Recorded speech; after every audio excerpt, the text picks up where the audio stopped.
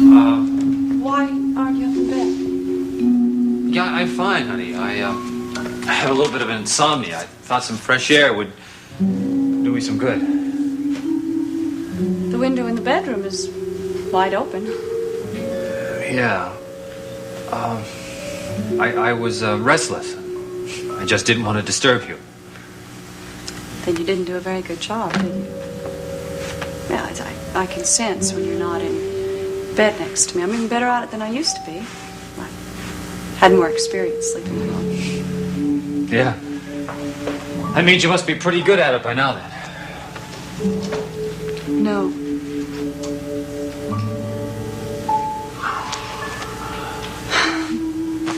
Draper, this isn't the first time you've done this. No. I've done it a couple of times, but I don't know why. Don't you? Don't you think maybe it's because you don't like sleeping next to me? Maybe you've gotten used to somebody else? Sorry, I didn't mean that the way it sounded. I don't know what's gotten into me. I seem to be saying a lot of things these days that come out very hurtful. Honey, we've just been acting so strangely toward each other. We need time to readjust. We will readjust. It's one of the most important things to me right now, that we recapture the feelings we had for one another before you left. And we will, Draper, we will. Why shouldn't we? Because, April, because we had to have been affected by what happened to us. Things, for Pete's sake, things just change. You know, you've hardly touched me. It's almost like you're afraid to touch me. I don't want that to happen. I don't want that kind of a change in our marriage. I'm afraid of what it'll mean. April, no, that's not true. I love you. I love you more than anything. You have to believe me. I do believe you, Draper, but I can't help but think about these past 6 months and the fact that you were living with another woman. Oh, come on, April, please don't say that Why anymore. Why not, Draper? She was your wife. Emily was your wife. You shared her bed, didn't you? I don't know. Don't you? You're right.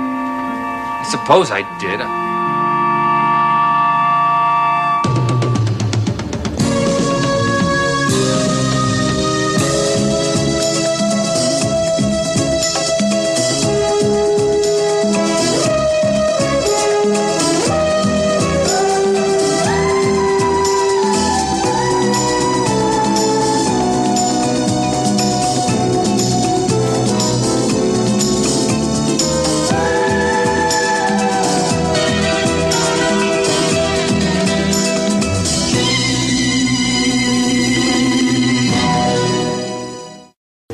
I don't know how my life with Emily was. It seems that it was like a dream that I had a long time ago.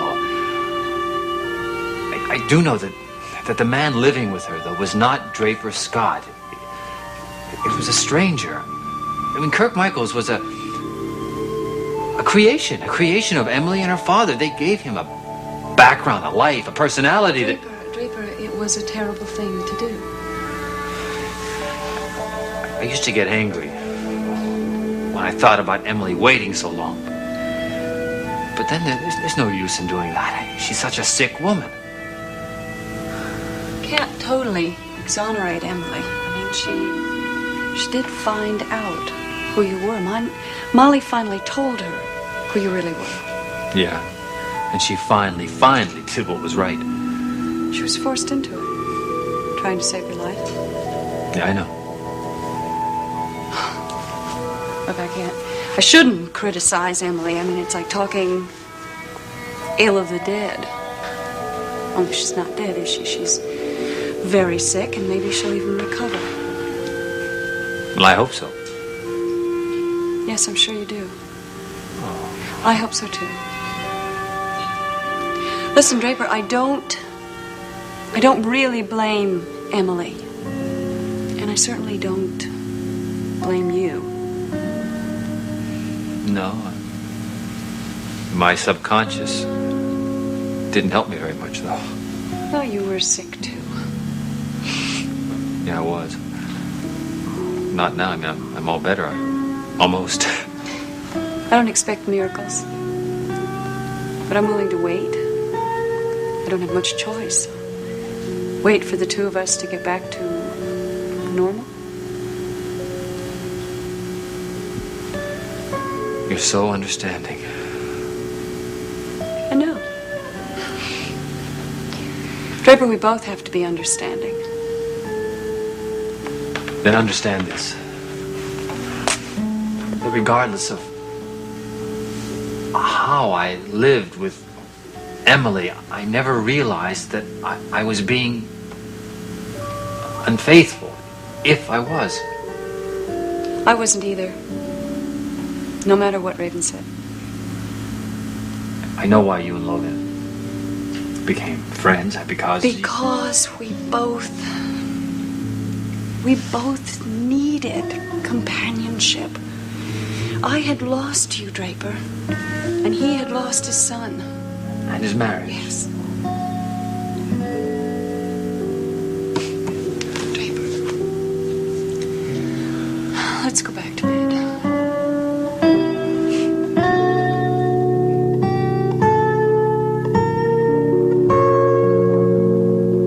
I never realized how empty this house could be, even with Adam and Mrs. Goodman down the hall. You think that's something? I'm in a hospital with thousands of people down the hall, and it still seems completely empty to me. I'm not used to being away from you. Oh, well, don't get used to it. This is the last time, I hope. Well, I hope so, too. In fact, I hope this is the last night.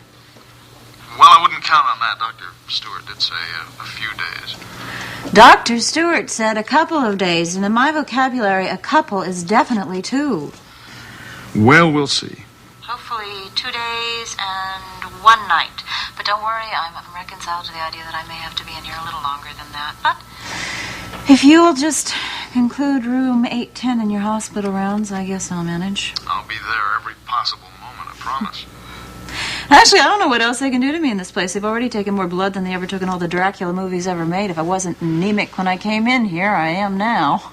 Oh, I think the bloodletting is over for the time being. Hey, you know what you didn't tell me? You didn't tell me if you managed to see Emily Michaels when you left me. Well, yeah, I saw her. I don't know whether she saw me. Still bad, huh? Yeah. She had a period of lucidity, I'm told. At least a period where she was talking, but to no particular purpose. And now she's back in the catatonic phase again. It's such a pity. I didn't stay there very long. An orderly came in, wanted to fix a window. I was just as happy to leave. I don't think visitors do her any good right now. You know, this is going to sound really awful, but I think it's a mistake to have Emily here in Monticello. Why do you say that? Well, because there are hundreds of good mental hospitals all over the country, but as long as Emily's here in Monticello, she's a constant reminder, and I think the last thing that April and Draper need right now is a constant reminder. Oh, guess who just came in? My doctor.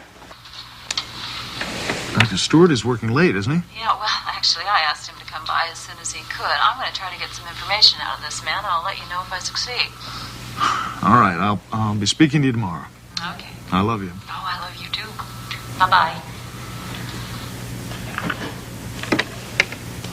I know exactly what you wanted to ask me. What the heck are we doing with all that blood? Selling it? Actually, what I wanted to know is when you guys think you've had enough. When can I get out of here and go home? Well, that depends, of course. Oh, no. I refuse to take that depends for an answer. All right, if you insist. I'll make a tentative guess at 24 hours. You can leave here before 11 o'clock, day after tomorrow. How does that sound? Well, it's not as good as 10 o'clock tomorrow morning, but it'll do. Is that all you wanted to know? Yeah, sure. Good. Then I'll say good night. Well, there is one more thing, Doctor, that you must know if my anemia is better or worse by now, do you? Honest answer. It's late. You better get some rest.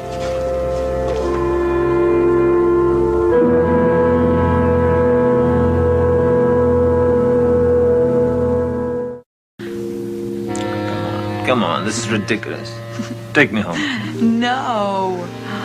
Look, if you're worried about being recognized at your place, you can come up to mine. They'll just recognize me at your place. No, listen, this guy's just this cleaning lady who smuggled you up. How's that? Elliot, you'll just make me clean your apartment. Oh, come on, Raven. Damn it, we haven't been alone for a week. Can't you understand? I have to be very careful. It is 10 times more important that I win this custody trial. I can't take a risk. So you've got that case won, and you know it. I do not know it. Now, come on. I won't know it until the judge gives a decision. Now, hey, it'll only be a few days. Come on, just get a hold of yourself. Now, listen, this trial can last forever. No. It's just going to last a few days. It's not like a criminal trial. Now, there's only 3 witnesses. Me and Logan. And Logan's little sweetie, April. She is the only one that can cause trouble for me. And she is going to regret she ever took that stand. What do you intend doing? Oh, just going to make her look like a fool. But I really do have to go. I have to let my babysitter leave. Tell me one thing, Raven. Do you use the same excuse on Mallory? And what about Derek? I mean, do you use the custody trial as an excuse, too, when he wants to see you? I don't see Derek Mallory, you know that, so why should I make an excuse? Oh, that's strange. Since Charlie saw you coming out of his apartment house the other night. All right, but I had a reason. It wasn't anything personal. Well. Look, I went to see Derek because I was worried about Deborah Saxon. She's trying to make it look like I was responsible for my mother's accident. And exactly what did you do to make Mallory call off the dogs? Elliot, I didn't do anything. I just told him I thought it was ridiculous, her running around spreading lies. Now, I told you. She called my mother's lawyer in London to find out about the will. She's trying to make it look like I had some sort of motive for wanting Mother dead. And of course you didn't. I never wanted my mother dead. Even though she was about to alter the will? To make sure that Jamie doesn't get a cent before he's 21 years old? You're worse than she is. Now listen, cut this out. Cut this out. You're changing the subject now. Tell me exactly what you did with Mallory on that visit. What was it you used on him? Will you stop it? Give me all the juicy details. He never touched me. All we did was talk. Raven, remember what I told you? If you as much as went near another man, that letter will go straight to your husband. I didn't do anything, I swear it on my mother's grave. That's a good one. Your mother was cremated at your instruction. She hasn't got a grave. Yes, laugh. I got a good one for you. See if you find this funny. Charlie didn't see you. What? Yes, I was lying. I was trying to get a reaction out of you. And I got one, didn't I? Ha! Don't you dare. Come here. You stop it, Elliot. I want you now. I'm going to take you now. Understand me?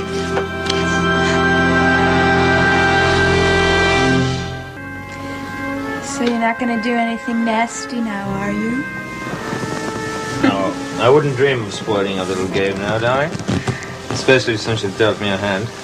Oh, you mean the $10,000 I promised you. I said you get that if I get the letter before the trial. Oh, those measly 10,000? That'll be peanuts when your mother's millions wing their way across the Atlantic into Jamie's bank account. Well, that's true, but I thought we could both enjoy it. You and Jamie? No, you and I. That's what I always intended. Swear it. On your mother's grave. Elliot, you don't trust me, do you? The reason I'm faithful to you is not just the letter. It's because you are the sexiest, most handsome man I've ever met in my life. You know your problem, Raven? What? You find most men irresistible. You find them handsome, you find them sexy. Especially those that find you resistible. I wish you'd be a little less resistible. It's so unlike you, darling. Come on. Give me that letter. In a word, no. Why not?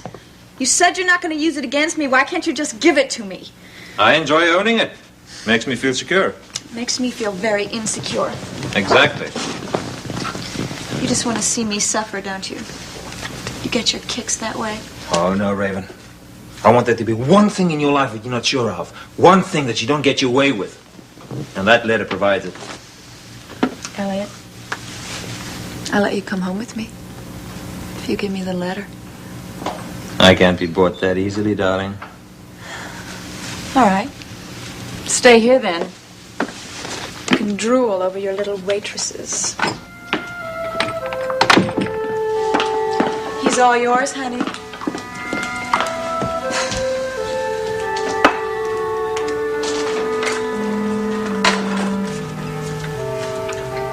Hey, Judy! here. I want to talk to you. Where are you? Over here. Oh, it's you, Yubi. Hey, have you got a minute? Well, I was just getting ready to leave. Oh, this won't take long. I promise. Can you give me one of those markers? Oh, sure. Hey, is Kelly around? I don't see him. Oh, good. Because I don't want him to hear me. Could you come a little closer? Is this close enough? Oh, just a little bit more? Like this?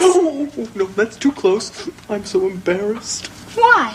Well, every time I get that close to a pretty girl, I get so nervous. Nervous? A handsome fellow like you? Oh, gosh. Do you really think I'm handsome? Why, I bet you have all the little girl puppets chasing you all over. Oh, yeah. But it's not me I want to talk to you about. It's Kelly. Kelly, what about him? Well, haven't you noticed? The poor guy's so depressed. He is. Well, haven't you noticed? We have. Who's we? Well, all the Poco puppets. It's all we talk about. Well, if this doesn't change soon, we're going to have to find ourselves a new boss. A new boss? Oh, you'd break Kelly's heart. Well, that's just it, you see. His heart is breaking right now. It is? Why? Well, he's crazy about this girl he knows, see, and she won't even go out with him. Oh, what a shame. But maybe she has a reason. Yeah, and I know what it is. She doesn't like him. Well, that's not true. Well, maybe she's busy. Oh, come on, how busy can you get, huh? Well, some people are very busy. I mean, you take me, for Oh, instance. gosh, could I? My God, you're not that shy after all. Well, not as shy as Kelly, anyway. Oh, I don't know. I don't think Kelly's that shy. You know, come to think of it, he's asked me out, too. Has he? Why didn't you go? Well, it has to do with my schedule. I dance all day and I work here at night. Yeah, but you don't work every night. I mean, I don't work every night, and neither does Kelly. Well, that's true. I do get 2 nights a week off, but then I go to the dance studio. Well, all right. If you want to be responsible for the poor guy getting worse and worse. You mean I'm the girl that Kelly wants to date? Gosh. Well, here, take this, will you? Oh. Hey, now stop that. This will be our secret. And I'll tell you what, the next time you see Kelly, you tell him I'll be happy to go out with him our next night off, okay? Oh, wow! Oh, that's terrific! And since you're so cute and so nice. Whoa! Are you still here? Oh, Gavin, hi. What are you doing here? Oh, I thought I'd walk you to the bus. Well, that's nice of you, but it's only half a block away. A lot can happen in a half a block. Gavin, you have muggers on your brain. No, I wasn't thinking about muggers. I was thinking more about the guys in here. In here? Perfectly safe in here. Look, I'll go get changed. I'll be right with you. Okay, I'll wait.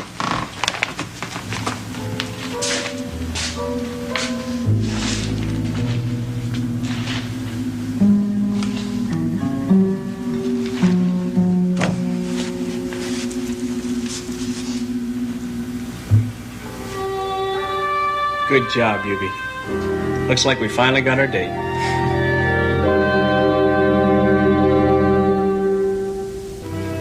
Okay, I'm ready. Good. Listen, can you come to the studio an hour earlier than usual tomorrow night? I've got a couple of new pupils coming in. They're going to take up most of my time. Oh, sure, I'll be there.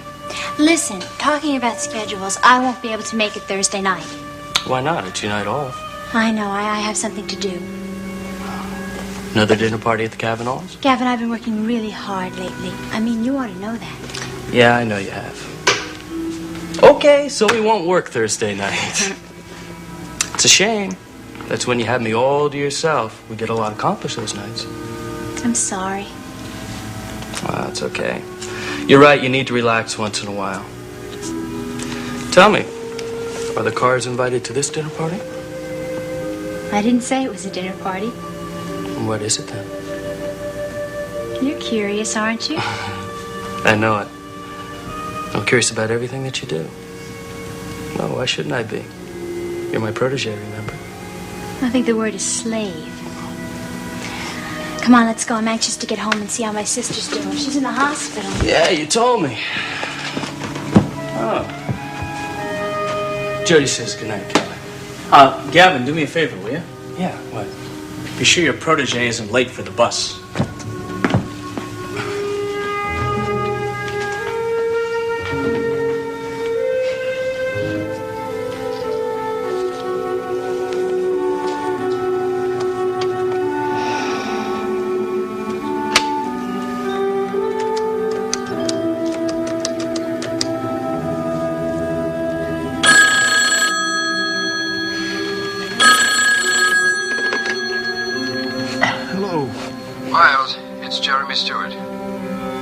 Yes, Jeremy, what's happening?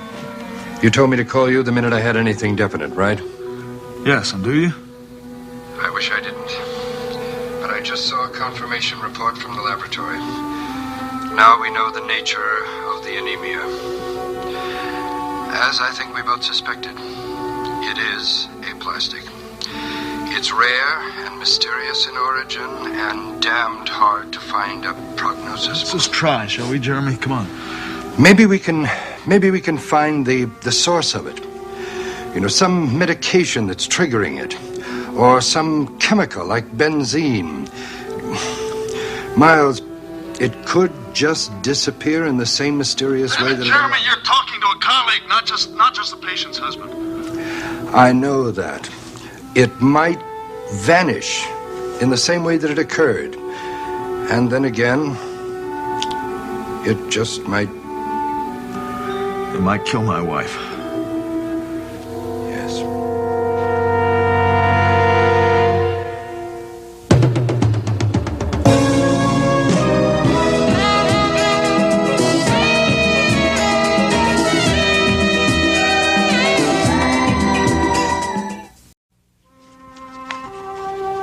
I want to get out of here, Miles. This place is no fun. You mean to say they haven't put on the floor show for you? Vince said every test known to medical science has been performed on me. I've been poked and prodded. As far as I know, every test they had scheduled has been done. You ought to be let out of here first thing in the morning. That's if Dr. Stewart confirms that. Well, Dr. Stewart told me that I can get out tomorrow. I'm real anxious to see Adam. To say nothing of you. I miss you both. Well, he misses his mommy, so do I. You know what I'm going to do? I'm going to call him right now and tell him that I love him and tell him that I'm going to get out first thing tomorrow morning and see him. And why don't you just run down and see Dr. Stewart and see if he's thinking the same way, okay? In a few minutes, as soon as I get my fill. You feel of what? Looking at your beautiful face. You call this beautiful? Can't tell you how empty I felt last night. And you weren't beside me. I must have awakened half a dozen times, reached out. You just weren't there. Hi, family. Hello, Jody. Hi, Jody. Come on in. Did I come at a bad time? Oh, no. You came at a perfect time. Miles, now that I have company, why don't you run down and see Dr. Stewart, okay? All right. I'll be back in a little while. Here's the book you asked for. Thank you, And Jody. here's Kitty Cat. Adam sent to me once you have company. Did he really? Nice room you have here. Oh, thank you, but I prefer my room at home. I'll bet. But you better be getting the best of care. If not, I'll talk to somebody and tell them they better give you it. Well, I haven't been lacking for attention. Nicole, seriously. How are you doing? Well, to tell you the truth, Jody, I don't really know. All right, Jeremy. Better let me see the report.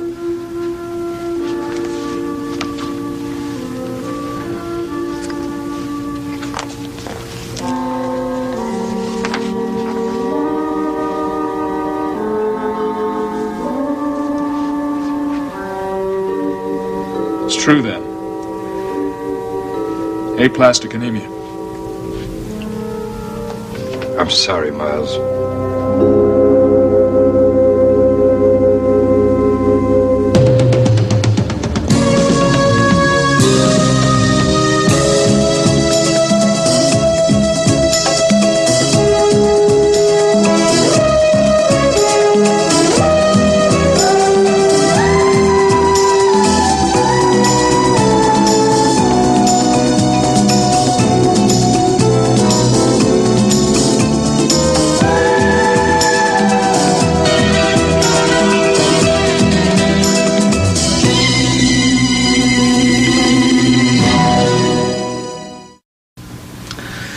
Well, just how serious a case is this, Jeremy?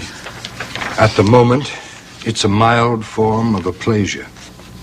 See, I knew there were dozens of possible causes for Nicole's anemia. I just didn't want to believe this would be the one. I didn't want to believe it either. But we're sure, though, the diagnosis has been confirmed beyond any doubt? There's no doubt, Miles. Low red count, low platelets, low hematocrit. It's a damning triple play. What about bone marrow? Have we done that? It's fibrotic. Nicole isn't producing nearly enough new blood cells. Well,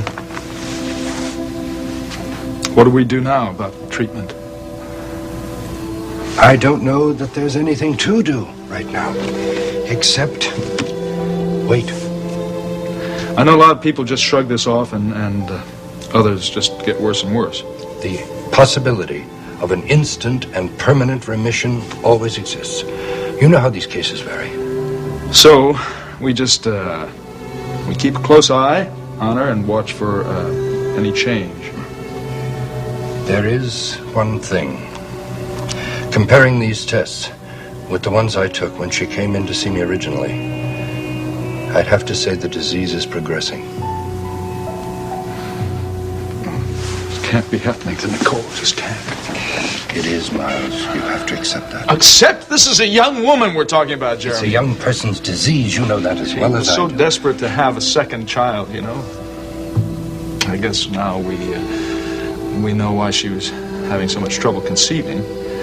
It's very possible anemia has been the cause. So unfair. So damned unfair. You get no argument from me there. All the women in the world, she was the one who looked forward to the future the most. She loved life, you know. And she had an awful lot to live for. She may recover, Miles. And she may die. Now, you shouldn't think about that. It's not right that she should be taken away from me like this. I'm sorry, I'm not being the objective man of medicine, am I? We'll do everything we possibly can, you know that. Look, do you mind if I take this just for a little while? Of course. I want to I want to talk to the guys down the lab. Well, if you need anything, you know who to call, don't you? Yes. Of course I do. But now that you're under contract, you're probably working harder than ever, aren't you? Yeah, Gavin is working me pretty hard. You know, sometimes I wonder if he isn't working you too hard. So do I. And, this agreement of yours sounds to me like you're letting him run your life. Well, Gavin is devoting a lot of time to me. It only seems fair that I let him make decisions concerning my career. Yes, but you signed away so much. Well, you have to give a little to get a little. Well, I sure hope you know what you're doing. Well, Gavin is a super instructor. He never practiced what he preaches, though. What do you mean? Well, the most important part about dancing, I suppose with anything, is concentration. Huh? That makes sense. Yeah, if I had $1 for every time Gavin told me to concentrate, I'd be a millionaire. But sometimes his mind wanders. It's really strange. How so? Well, it's happened a couple of times. We'll be working, and he's talking to me, and then all of a sudden he doesn't call me by my right name. I should think he knows your name by now. Me too. You know what he calls me? Martini. Martini? Maybe he finds you intoxicating. I doubt that's it. Well, why don't you ask him? I don't know. My guess is he's thinking about another woman. Oh, well, maybe you remind him of somebody.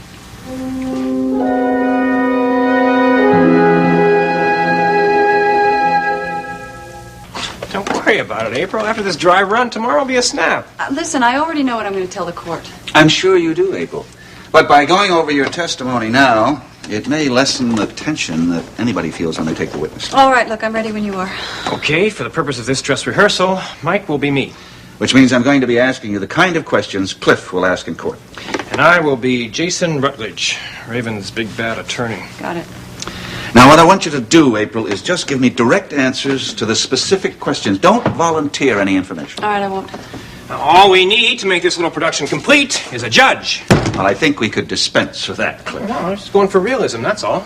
There we are. Judge Lewis never looked better, huh? All right. Wait a minute. Are you settled, Counselor? You may proceed. Thank you. Mrs. Scott, would you tell us what happened in your living room on the night of September 14th, 1979? Mm-hmm. That is the night that Raven Swift came over to my house and abandoned her son. Objection, Your Honor. The witness is making an assumption, and an inaccurate one at that. Cliff happens to be right, April. You wouldn't be permitted to say anything like that because it is an opinion. So you just stick to the facts. It's up to the judge to decide on the question of abandonment. Oh. Now then, just tell us exactly what happened that night, April. All right.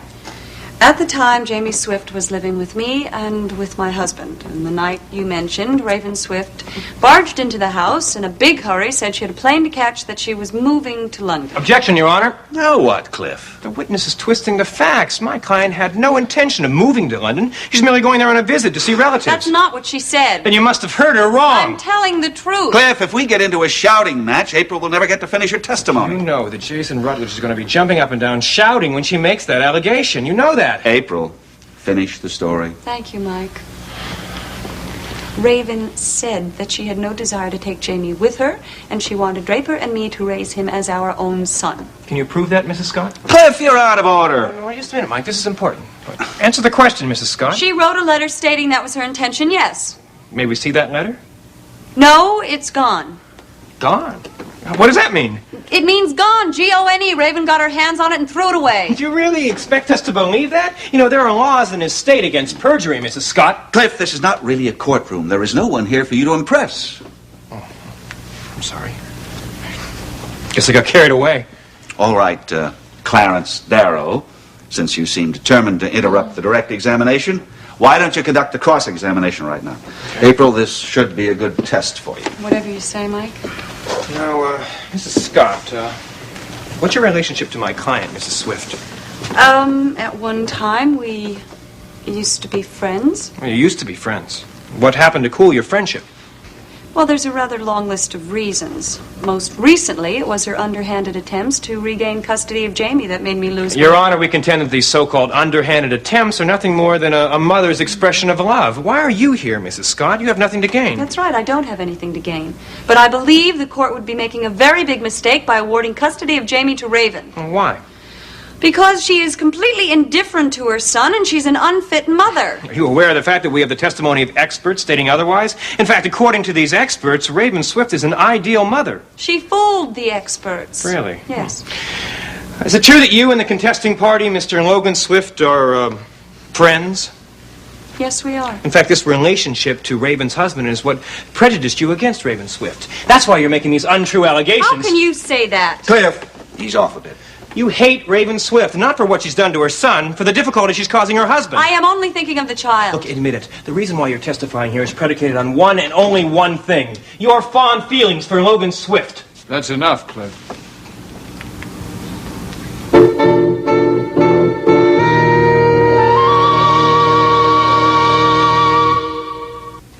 You're right, Logan. It is enough. I'm afraid Cliff got a bit overzealous. Now, if you'll excuse me, I'm due in Judge Wilson's chambers in about 15 minutes. Feel free to use the office. Yeah. Logan and I better have a talk about what we're going to say in that court tomorrow. Look, why don't we go over to my office? Show you my brand new space. I'll meet you there. I want a word with April. All right. Oh, April. You did good. Thank you, Cliff. See you over there. Logan, I'm confident we'll be able to put up a good fight tomorrow. Thanks, Mike. That's encouraging. Well, good old Cliffy really pulled out all the stops this time, huh? Everything short of bright lights and rubber hoses. I'm sorry you had to go through that. Don't be, I'm not. Now I'll be prepared. I don't think I can let you go through with this. Logan, we've been through this over a dozen times. I don't want to sit there in that courtroom and watch them put you through the ringer. I'm an adult, I can take it. What if Raven's lawyer does insinuate that there was something between us? If? I'm sure he will.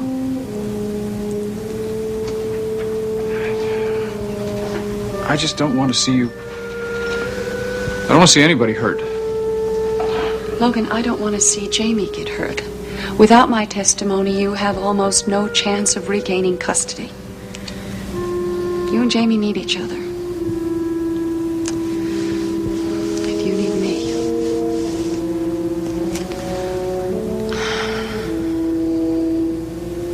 You're terrific. Got a lot of people in your corner.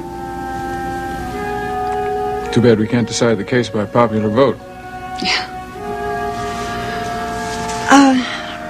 Although you can't put him on the stand, Draper will be there. That's great. That's really great. Can't think of anybody I'd rather have in my corner. Well, Draper, I don't mind going through it some more if you don't. Thank you. I'm sorry it's taking me so long, Nancy. It's just that there are so many blank spots in my memory. No, it's all right. It's okay. You just, try to tell me whatever you can remember.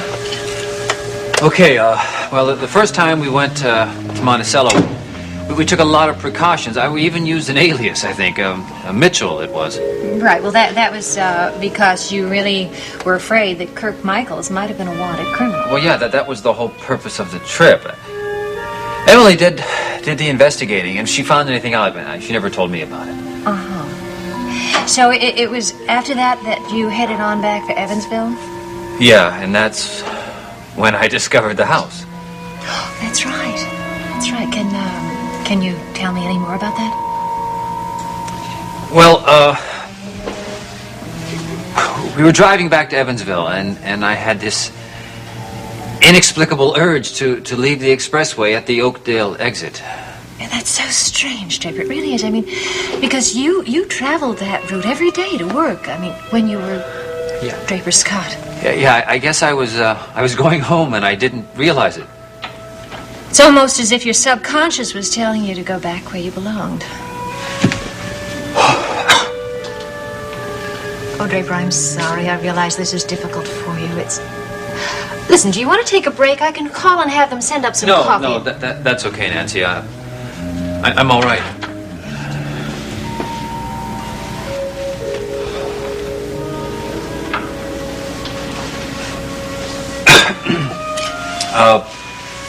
When I got back to the house, everything was just as we had left it, pretty much so, just before I'd gone to prison. But I didn't, recognize it. Yeah. Well, it must seem a bit strange to you now. Yeah. No, Emily really liked the house. She thought it was a dream house. To me, it was more like a nightmare. Well, Draper, it's all over now, so you just keep that in mind. I never felt comfortable there. I never felt really at home. I can understand that under the circumstances. It was as though that house was never really mine and Emily's. It was always mine and April's. Yeah. Well, you and April you're back together again now, so all the wrongs have been righted. You see, there can be a happy ending. Yeah. But unfortunately, other people have suffered just as much. It's all right. Now, you don't have to talk if you don't want to. I can see that you're so much better today, Emily. Emily, do you know that you have more reason than ever to get well? He keeps coming over. Logan Swift. He still pays his little visits to Mrs. Scott, even though Mr. Scott is still there. And the other morning, I heard Mr. Swift tell Mrs. Scott that he still loves her. And when she heard that, she cried. Now, well, that's proof that she has some feelings for him to be so upset. And Mr. Scott, well, he knows about the two of them, what happened while he was away, but tries to hide it. But I can tell that it doesn't please him one little bit, because you see, well, they have to act like, it makes them act like strangers to each other now, Mr. and Mrs. Scott. Pretty soon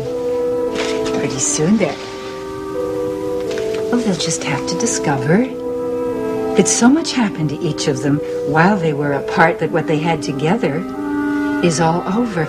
And then, well, take my word for it, he'll come back to you. Always cared for you, so, well, you see, you just simply got to get well, Emily, so that when Kirk does come back to you, you will be there for him. Oh, please. Please tell me that you heard what I said to you.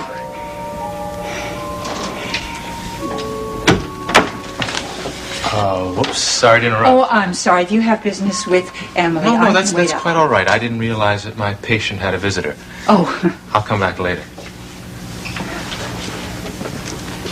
Now, I've never seen that one before, Emily. Is that somebody new taking care of you?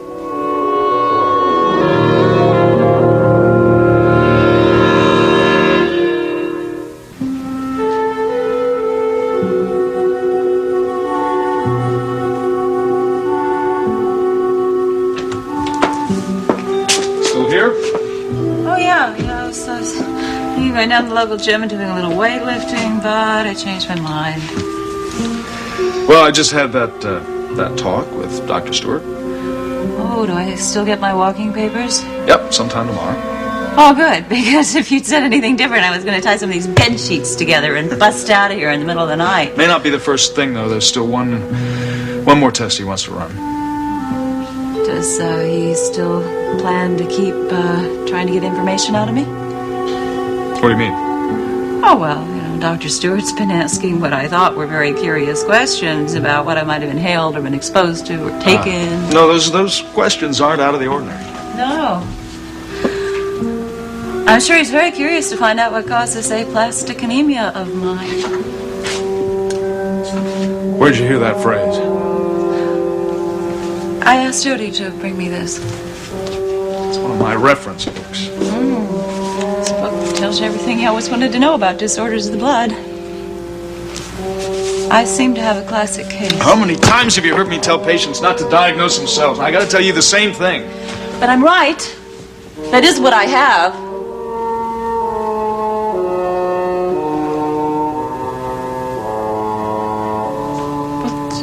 But just tell me one thing.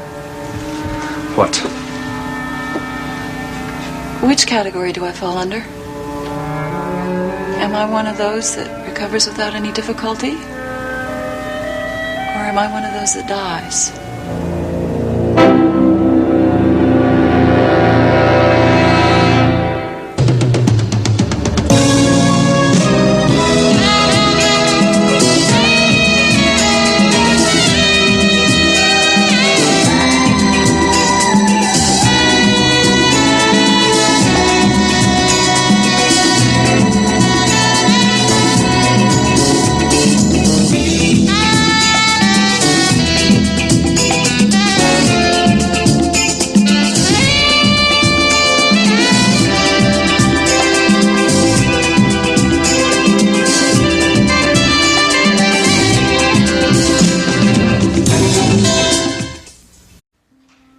Dr. Stewart's been asking me all sorts of what I thought were very strange questions about what I might have taken or inhaled or been exposed to. See, those questions aren't out of the ordinary at all. No. No, I imagine he's very curious as to find out what caused this aplastic anemia of mine. Where'd you hear that phrase? I asked, Jody to bring me this.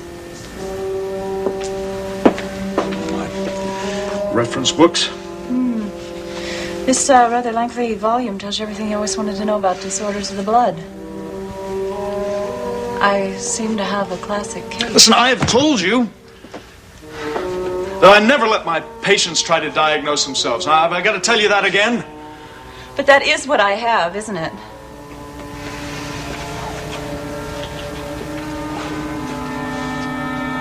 Just tell me one thing.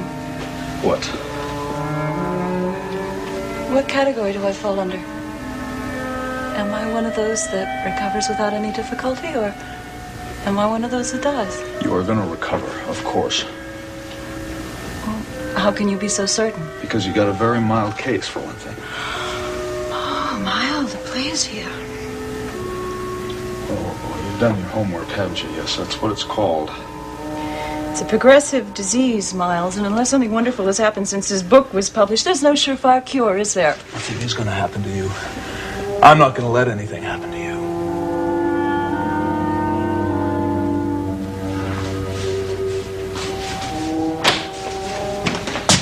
How goes it, star of the future? Well, I don't see my fans lining up anywhere, but I had a really good practice session. Oh, glad to hear it. Well, if you'll excuse me, I have to change and get ready to leave. I thought you had tonight off from the Unicorn. I do. Well, terrific. We can work on that new routine I was telling you about. I put in a few new steps that are going to really make you look good. Gavin, don't bother. I'm not going to dance tonight. What's that? I'm going out to dinner. Ah, no problem. We'll work here for another hour, boogie over to the burger shop, eat our fill, come back here and work. The fries are on me. Thanks, Gavin, but I've already accepted a dinner invitation, and then I'm going to the movies. You have a date?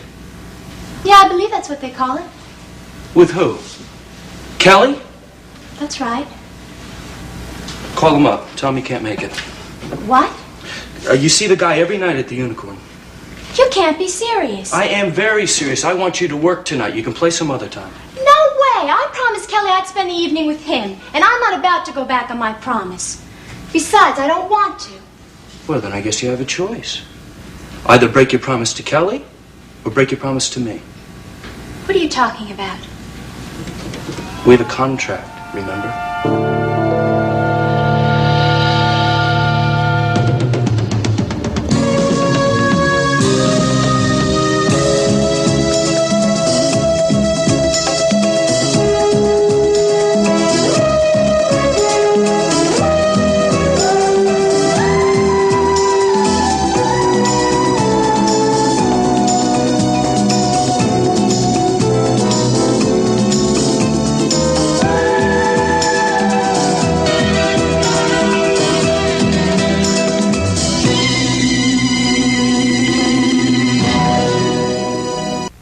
Gavin Wiley, how dare you try to control my life with that piece of paper? I'm doing this for your own good, Jody. There is nothing in our agreement that allows you to tell me whether or not I can go out on a date. It gives me the right to tell you to do whatever I think is best for your career. Well, what's the difference if I dance tonight or tomorrow? I prefer that you dance tonight and tomorrow night. What are you trying to do to me? Make me some sort of a slave? Some kind of dancing machine with no mind of her own? I'll do the thinking, you do the dancing. This is incredible. You actually mean it. I thought you meant it when you signed our deal. Oh, never mind. Forget it. Go out with Kelly. Have a nice dinner, see a nice movie, and see what good that does you when you start auditioning. For heaven's sakes, it's just one night. I don't know why I'm wasting my time. You're more interested in being a social butterfly than a dancer. That's not true, and you know it. I want to be a dancer, a good dancer, but I work awfully hard, Gavin, both here and at the Unicorn. I'm entitled to a little fun. You've always told me that you have the most fun when you're dancing. I don't mean to disappoint you. You have to realize that's not my intention. I can't help you, Jody, if you don't let me. Gavin, I'm very grateful for all you're doing for me. I trust you and I believe in you. When it's convenient. Gavin, when I signed that contract, it was in good faith. But please, don't treat me this way. Don't make it hard for me to live up to my word, please. I suppose a night off every now and then won't do all that much harm. Just because I take a little time off doesn't mean I'm any less dedicated. Just don't wear any of those high-heeled shoes. They may make your legs look terrific, but they're murder on your back. Okay, that's a promise. Dance teachers get lonely too, you know. What? I guess one of the reasons I came down so hard on you before is because I might want a little company tonight. I'm sorry if you're feeling lonely. I'll be all right. Go, change. Come on, hurry up. You don't want to keep Kelly waiting. Oh, no rush. Kelly's going to meet me here.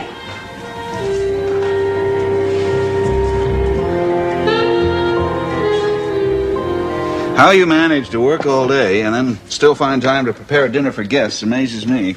Well, honey, with the size of the turkey in that oven, my goodness, I won't have to cook very much for the next several evenings, so it all evens out. Lucky thing for you, I like cold turkey. How y'all doing? Hi, Kelly. Hello. What smells so good? Nancy's fixing a complete turkey dinner with all the trimmings, plus fresh peach pie for dessert. Peach pie. Well, that makes me really sorry I'm not going to be around to have it. Yeah, me too. You look very, very nice, young man. I get the feeling that you were planning something special for your night off. I sure do. Got my first official date with Jody. Oh, congratulations. You've been waiting for that for a long time, haven't you? Yeah, I was afraid it wasn't going to happen, but it is. Terrific. I'm sure she's looking forward to seeing you just as much as I know you're looking forward to seeing her. Well, I'd better get going here. I don't want to be late and have her think I'm standing her up. No, you wouldn't want that to happen, would you? Have a nice evening, Kelly. Yes, do have a good time and say hello for us, okay? Only if you promise to save me a piece of that peach pie. All right, it's a deal. Good night. Okay. Oh, thank you. You saved me the trouble of ringing the bell. May I come in? Sure. Come in. Hi. Hello. You've just met my nephew, Kelly McGrath. Oh. Kelly, this is Mr. Swift. Oh, how do you do, Mr. Swift? It's really nice to meet you. I've heard a lot of nice things about you from Mike and Nancy. Well, it's very nice to meet you. My name is Logan, by the way. My friends call me Kelly. All right. Listen, I hate to cut out on you so soon, but I got to get going. So have a nice dinner party and peach pie. Peach pie. I'll remember that. Okay. Seems like a nice kid. We think he is. Come on in, Here, I brought something for the table. How lovely of you. Thank you. You're welcome. What would you like to drink, Logan? Scotch, please. Double. Nancy, the usual. Yes, please, dear. Sounds like you had a rough day, Logan. You might say that, but I suppose it'll be like a picnic compared to what we have to do tomorrow. Oh, yes, the custody trial starts tomorrow. Bright and early. Mike, I really appreciate your being able to see me tonight. And Nancy, being invited to one of your dinners was really icing on the cake. I can't tell you how much I appreciate it. Anytime, Logan, you know that. I'm always willing to talk, Logan, but unless you have some new information, I think our strategy is pretty well set. I have no complaints about the way the case is being handled, at least not the way it's being done, simply who is handling it. Well, I thought you had every bit of confidence in Cliff. He knows his law. No question about that. Then why are you so concerned? Well, I saw the way he conducted himself in that little run-through that you staged for April in your office this afternoon. I didn't like what I saw. Yes, he did get a bit carried away, didn't he? But remember, he was playing the role of Raven's attorney. I know that, and I understand that his intentions are good as gold. Well, Mike, I feel a little funny about bringing this up this late in the game, and I certainly don't want to put a pin in Mr. Nelson's considerable ego, but I was... Logan, I hope you weren't going to ask if I might take over as primary counsel. The thought had crossed my mind. I'm sorry. I can't do it. Okay, I guess it would be unfair to Cliff. After all, you will be there in the courtroom to pull on his coattails if he gets carried away. Matter of fact, I won't be. Why not? Much as it displeases me, it's going to be impossible for me to even attend the trial. Mike is expected in Capital City tomorrow. What's up? Governor Jennings just notified me that an emergency session of the Crime Commission is going to be convened tomorrow morning. And you are still President Pro Tem. Exactly. I have no choice but to be there.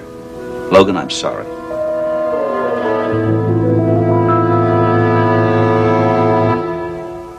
Now, what I want you to concentrate on is taking care of yourself. I want you to get plenty of rest so you don't make it harder for your body to fight this thing. What happens now? Transfusions and immunosuppressants? Just please let me be the MD in the family, all right? No, in your case, none of those things. It's not a severe enough case. What we're going to do is just monitor your condition. Oh, just wait. Hope for a remission. They're not uncommon. They're not guaranteed. Well, you are a strong woman. You got a will of iron. You're going to beat this thing. Well, what if I don't? What if my body decides to stop producing blood cells altogether? How much time could I expect to have? I don't want you even to think in those terms. I can't believe that I'm talking about this so calmly. I guess the impact of it hasn't really struck yet, has it? Nothing has happened. You got a rare blood disorder, but it's going to go away. You got to believe that. Hello? Hope we're not interrupting anything, huh? No, come on in, you two. Here are the flowers that you asked. Oh, I remember doing that. Nicole, you're looking well. Oh, I'm looking well? Yes. Your eyes must be failing you, and you're being very kind. I've been under so many tests. I feel like a guinea pig. Well, how much longer are you going to be under the microscope? She's got one more test early tomorrow morning, and she's through. Oh, sounds like you're going to be released soon. Oh, yeah, I'm going to be bidding this place goodbye tomorrow before they can bring those lunch trays around.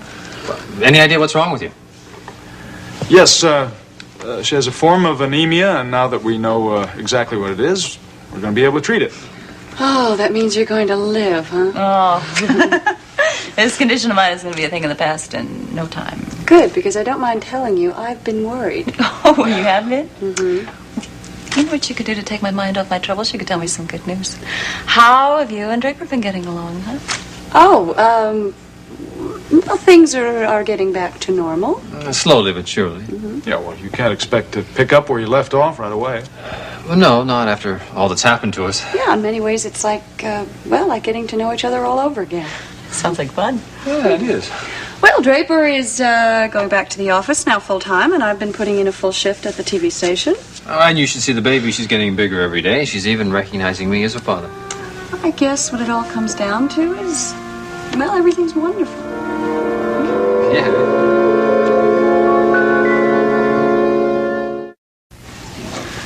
Well, I hate to be a party pooper, but I do have a couple of more patients, and so I will try to exit gracefully. You go ahead, Miles. We're going to stay a while longer with Nicole. Okay, I will see you all later. Thank you for dropping by. Okay, see you. You know, I'd offer to take you home tomorrow, but I'm afraid I'm going to be in court. Oh, that's right. Tomorrow's the first day of Logan's custody trial. No, I'm going over too, but if you want a lift, I can go over a little late. No, as plan stands now, Miles is going to come by and chauffeur me home after morning rounds. Well, if you need anything, give me a call. Fair enough. Hey, honey, it is getting late, so why don't we get out of here? Visiting hours are almost over. Oh, you better scoot out. Okay. Well, is there anything we can take home with us so you don't have to pack so much? Oh, I don't think so. I'm traveling light. Light? You call this light? Excuse me. I'm sorry. It's nothing you'd be interested in. One of those sexy novels. Are you underlining the good parts for when you go home? Oh, yeah. Well, I've made a few notes. Well, I hope it has a happy ending. So do I. Listen, you call me as soon as you get home tomorrow, okay? Okay. Let me know if you don't need anything. Okay, but Miles has got Mrs. Goodman coming in tomorrow. Between her and Jody, I don't think we're going to need to bother you. All right. But if you do need anything, give us a call. I will. Bye-bye. Say goodbye to Julia for me, or hello. I'll give her a kiss. Okay. Listen, you sleep well. I know, that was very strange. What do you mean? Why was she so secretive about the book she was reading? I don't know. It's no big deal. No, I happened to catch the title of the book. It happens to be one of Miles' books, one of his medical tomes that he keeps in his reference library. About what? Hematology. Well, that explains it. I mean, it's not surprising for Nicole to be reading up on blood disorders now. Look, I know she's a doctor's wife, and she's probably more curious than most people about what ails her, but... But why is she keeping it from us? Exactly. I don't know. Maybe she just doesn't want us to get concerned. But I don't know. It's kind of struck me that I felt that she was acting a little too lighthearted. Did you get that impression?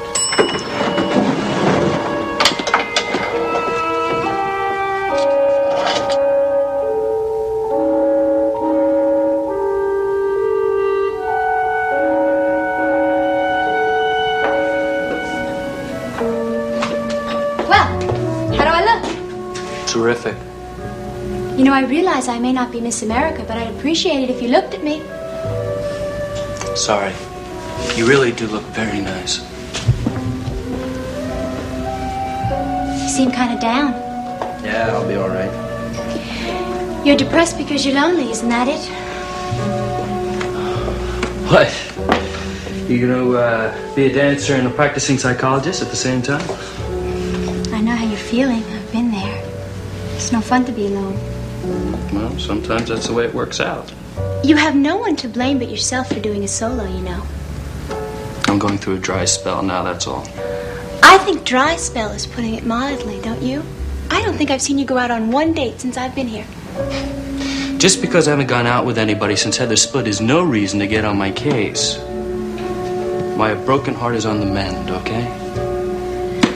Did you love Heather? Love Heather? I haven't really loved anybody since... Since what? What were you going to say? Nothing. Since Martini, right? Martini's a drink. You called me by that name the other day. You must have heard wrong. Come on, Gavin, you're not fooling me. It had to be somebody. Yeah. It was somebody. A dancer I used to know. My guess is you knew her pretty well. We used to hang around together. That was a few years ago in New York. God, seems like a lifetime ago. What happened to Martini? She was good. Really talented. A European dance company made her a very lucrative offer, and off she went. We have to go where the work is. I haven't kept up with her career very much, but I think she's done all right for herself. Good for her. I guess I can take some of the credit. I taught her a lot of what she knows. She's French. Her name is Martine. So you nicknamed her Martini. Hello. Oh, hi, Kelly. Kelly? Hi. Well, you all set? Yeah, I'm ready. Well, you're right on time, not 10 seconds late. You know, I decided to take advantage of every precious second you gave Jody off. Well, don't keep her out too late. She needs a rest. What are you, her father or something? No, I'm just her teacher. I know that doesn't count for much. Come on, Kelly. We don't want to miss the reservation. Oh, yeah, sure. Good night, Gavin. Good night. Night, champ. Have a nice time.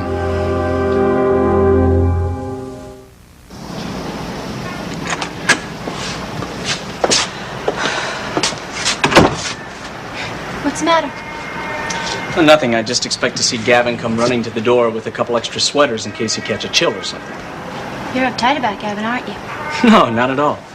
He's the one who's being jealous and a little bit sore. You're wrong, Kelly. Gavin is interested in my health. Gavin Wiley is interested in your health and everything else about you. Yes, Gavin cares about me. But not for the reasons you think. Come on, Jody. Don't you know when a guy's making a pass at you? Gavin is concerned that I become a good dancer. What he feels for me is strictly professional. Professional? Mm-hmm. Is that why he handed you that I'm gonna make you a star bit? That's not it at all. It's not unusual for a teacher to be interested in his student. Not when they're as good looking as you are, it isn't. I think the reason Gavin is so interested is because he's trying to prove something through me. Prove what? To tell you the truth, I'm not sure.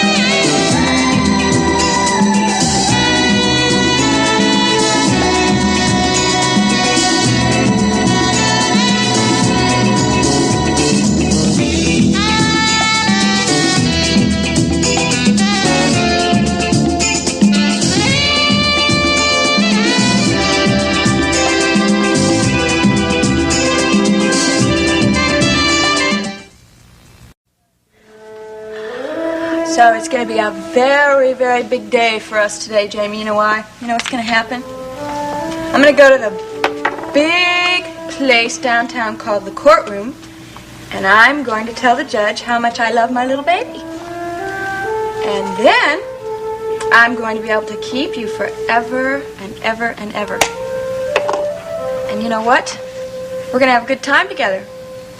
Because we're going to have plenty of money in our joint bank account. And you know what else?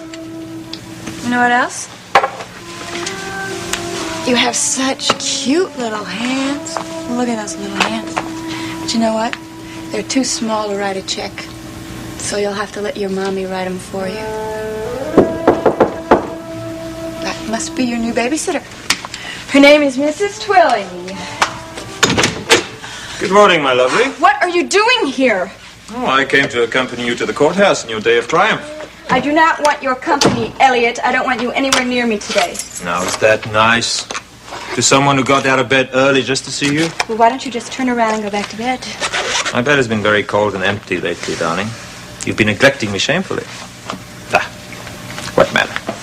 To show that there are no hard feelings, I brought you a little present. You did? Yes, just a small token of my affection and esteem. Elliot, you brought me the letter. Oh, you wonderful man. I love you. Give it to me. No. Oh, Elliot, we'll celebrate tonight. We will. Your bed will not be cold and empty for long. Now, come on, give it to me. A flower? Not just a flower, Raven. A perfect rose. This is what I think of you and your perfect rose. I want that letter, Elliot.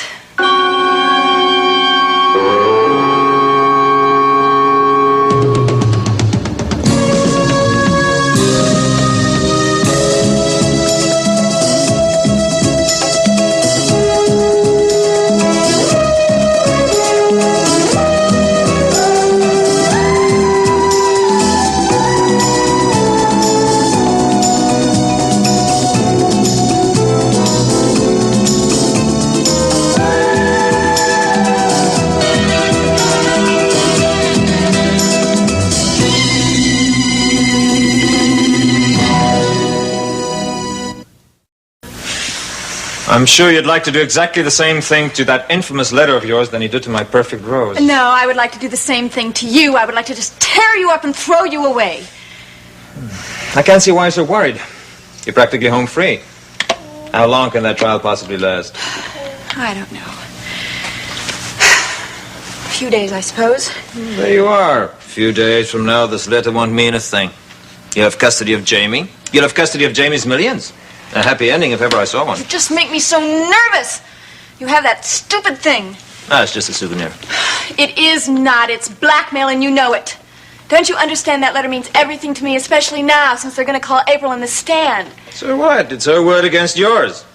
And without that letter, hello, Jamie. Elliot, what I don't understand is why are you doing this? Don't you understand? If I get custody of Jamie, it benefits you as well as me. Oh, I can see that. Just think of the fun that we could have as soon as that money comes into my hands. Where will you be then? Monticello or London? What do you mean? Or maybe Paris? Or Rio? South of France? No. I think London. Because you would want to see if your stepfather is really as crazy as they say about that actress, or if he's still in love with you. You just made the biggest mistake of your life, Raven. You slapped the man who has your letter. You make me so angry. Don't you understand? I have absolutely no interest in Ansel Scott. You didn't have. But that was before you found out about that actress.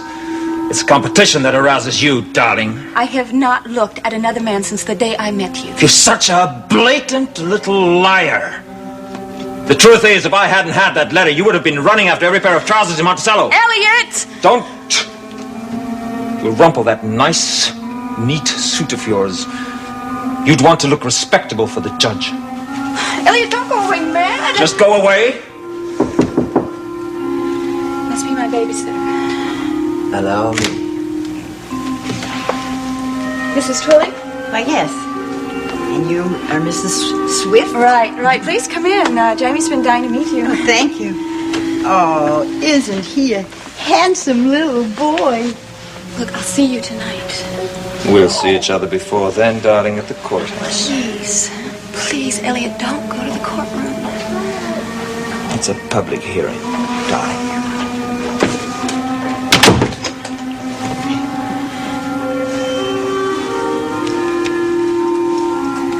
Mrs. Swift, your little boy is really precious. Yes. I know. It's a shame, Logan, that the Crime Commission session and the trial had to coincide. Yes, but the governor's conference is very important, Mike. There's no way you could miss that. We'll be fine here. It doesn't work. April, how do you feel? You ready for that witness chair? Oh, I think so. A little nervous, maybe. It's only natural to have a little bit of stage fright, huh? What about Raven's attorney, Rutledge? I've never even heard of him before, Mike. Have you seen him? I haven't seen him in action, so I made some inquiries about him, discreetly, of course. Well, what'd you find out? His specialty is matrimonial law. He's probably handled more divorces than custody suits, though. Exactly. As a matter of fact, I got the information from another matrimonial lawyer. The consensus seems to be he's a hard-nosed man. Sounds like a bomber. Like a what? Well, that's an attorney who'll do anything he has to do in order to win. They tend to be very rough on witnesses. Logan, you worried about me? Don't be. I'll be fine, really. Please.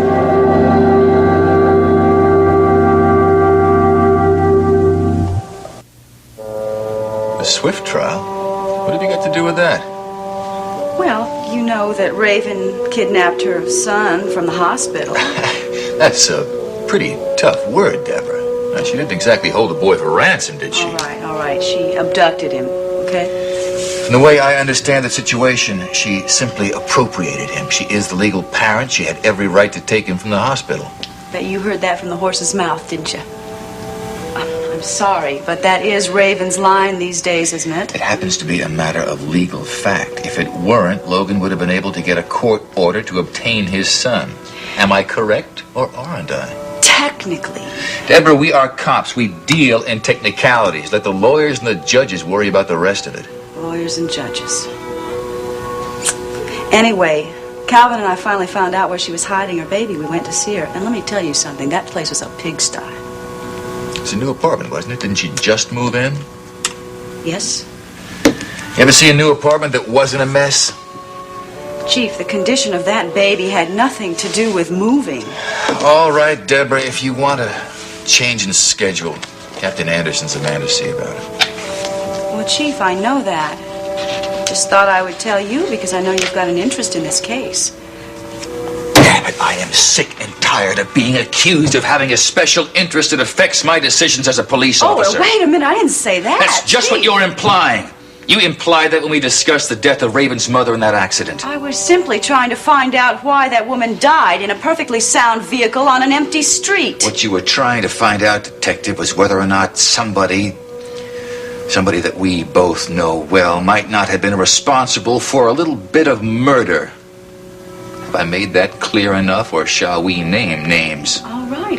I admit it. I think Raven Swift is capable of anything. Even killing her own mother. Yeah, well, I guess that is going a little far, isn't it? To be perfectly honest, yes, I do think she was capable of killing her own mother. And I even thought more so when I found out about the cremation. You still think she did that to cover up some evidence? Look, Chief, I don't want you to think that I've got some kind of a personal vendetta against Raven. It's just that we don't care for each other. Feelings mutual. So then I'm not the only one facing charges of personal bias, huh? Yeah. It's just, the whole situation just seems so suspicious, you know? Now that your suspicions have been eased, you've decided to drop the whole thing. Deborah, look at me. You have decided to drop it, haven't you?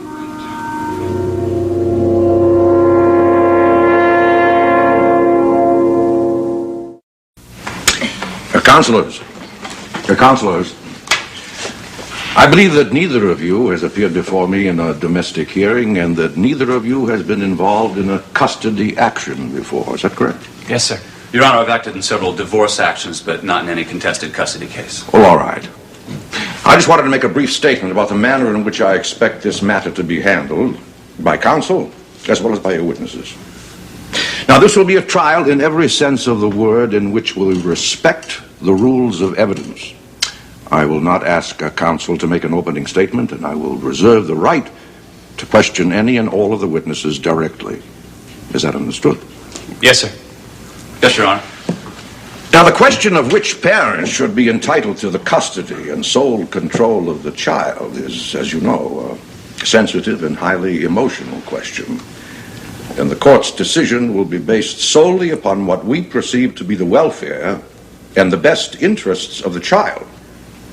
The desires of the parents, even of the child himself, will have to yield to the judgment of the court. Your Honor, the child in this case is just an infant. We feel he should not really be brought into court. Yeah, Mr. Nelson, the court is aware of the age of the child, and I hope that you and your client are aware that the burden of proof will rest upon you, since it is common court policy to award custody to the mother, unless it can be clearly demonstrated that she is unfit or incapable of caring for him properly. Well, Your Honor, we feel that we will clearly demonstrate that she is indeed unfit. Mr. Nelson, I ask that there be no preliminary statements.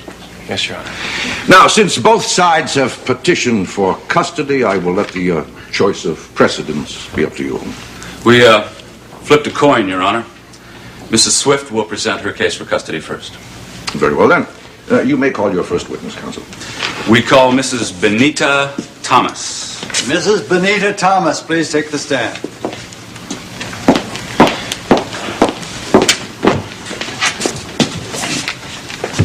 Place your left hand on the Bible and raise your right hand. You solemnly swear to tell the truth, the whole truth, and nothing but the truth, so help you God? I do. State your name. Mrs. Benita Thomas. Be seated.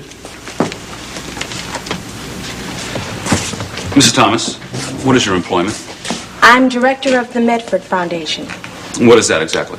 It's a non-profit institution dedicated to public welfare, particularly the welfare of children. We're mostly engaged in research studies and advisory functions. Mm-hmm. And what did you do prior to becoming director of this foundation? I was employed by the Monticello Department of Public Welfare. You were an investigator? That's correct. How many years were you employed in this job? About 12 years. My last job was department manager. So, Mrs. Thomas, you are obviously very experienced in this field, are you not? Mrs. Thomas is very well known to the court. You may proceed with the testimony. Certainly, Your Honor. Mrs. Thomas, were you ever in the home of Mrs. Raven Swift and her son Jameson Swift? Yes, I was. On what date? August the 1st. Did Mrs. Swift know that you were coming?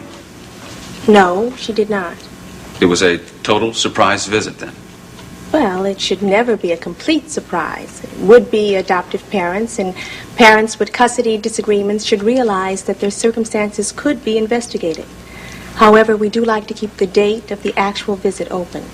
Simply because you don't want any artificial preparation for your visit? Well, we do want to observe the situation on a normal basis, yes. So, when you called at the home of Mrs. Raven Swift, unexpectedly, what did you find? Generally, the home conditions of the child seem satisfactory. Just satisfactory, Mrs. Thomas, or very satisfactory? Well, I'd say quite satisfactory. However, it's really based on external impressions. The child seemed healthy, well taken care of? Yes, he did.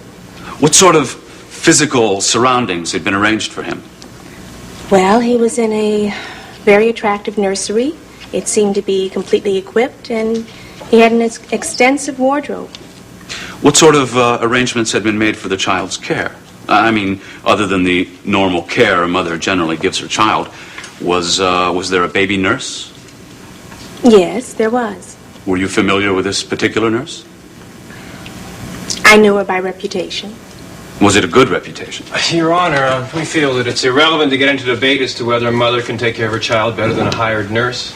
Nevertheless, I will allow the latitude, Mr. Nelson. Yes, Your Honor. Mrs. Thomas, in your objective report to this court, isn't it true that you saw no reason in the world why Raven Swift should not retain custody of her child? I made no recommendation for custody. I simply stated that I was aware of no home conditions that would be against the best interest of this child. Thank you. Thank you very much. The counsel, you wish to cross-examine? Yes, sir. Miss Thomas, I have your report here. Admittedly, I'm not familiar with the child custody battles, but I am familiar with legalistic language, and seems to me to be very short. How many times did you visit Mrs. Swift? Once. Just once? Is it common to make decisions based on just one visit? No, not ordinarily. We usually make 2, 3 visits, but I was very busy at the foundation at the time, and... So then you made your judgment on the care of Jamie Swift based on only one visit. You said that Mrs. Swift was not expecting you, but were you aware that she was expecting someone else? I don't know what you mean. Well, you didn't know that all the Mother Goose wallpaper and the baby furniture and the extensive wardrobe you mentioned, plus the hired nurse herself, were merely for the benefit of impressing Nadine Scott, Raven's mother, who was on her way from London. Objection, Your Honor. This is entirely irrelevant. Totally. Yes, I'll sustain. Oh, I thought that Mrs. Thomas knew.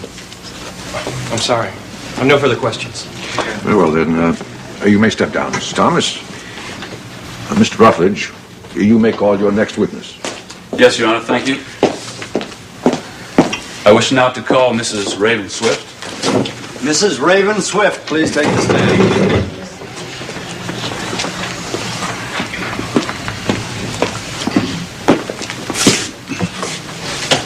Place your left hand on the Bible and raise your right hand. Do you solemnly swear to tell the truth, the whole truth, and nothing but the truth, so help you God? I do. State your name. Raven Swift. Be seated.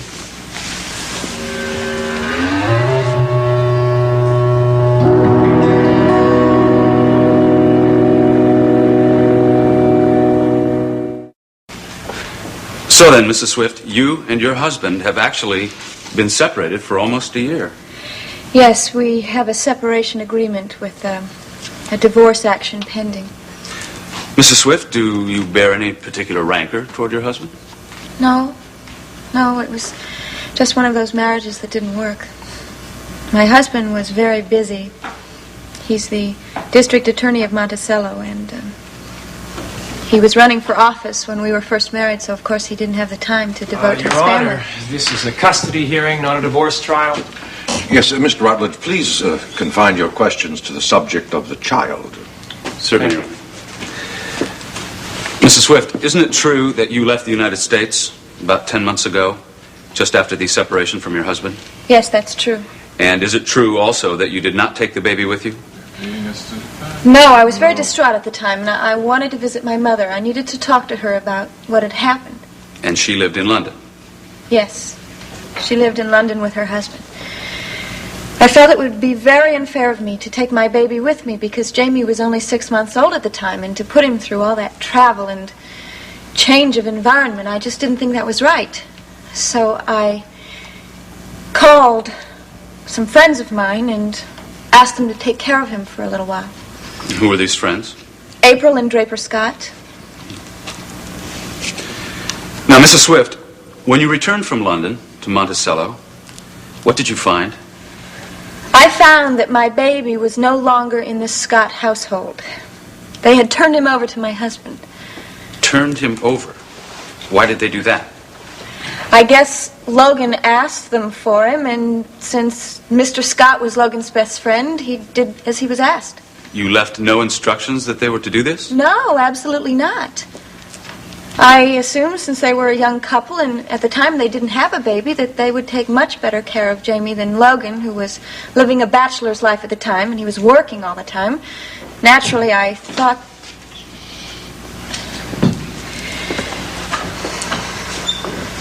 Mrs. Swift, you were saying? Naturally, I thought that Logan couldn't give Jamie the best of care any more than he can right now. Your Honor, this is an opinion, an unqualified opinion at that. Yes, just answer the questions, Mrs. Swift. Yes, sir. Mrs. Swift, what did you do when you found out that the Scotts had given your baby to your husband without your permission? I immediately tried to get him back. I love my baby.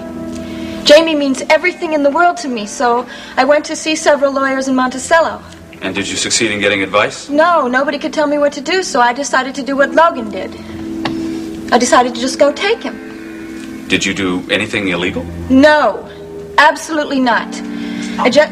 Excuse me. Would you mind?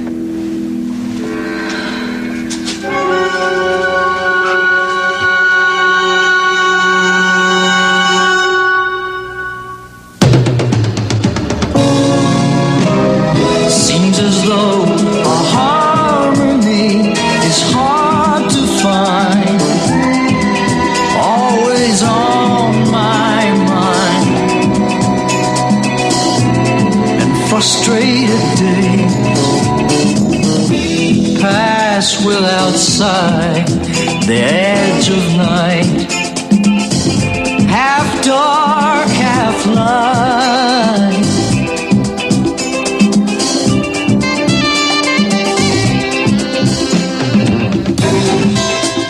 Do you think we might wake up someday and be aware of all the games people play?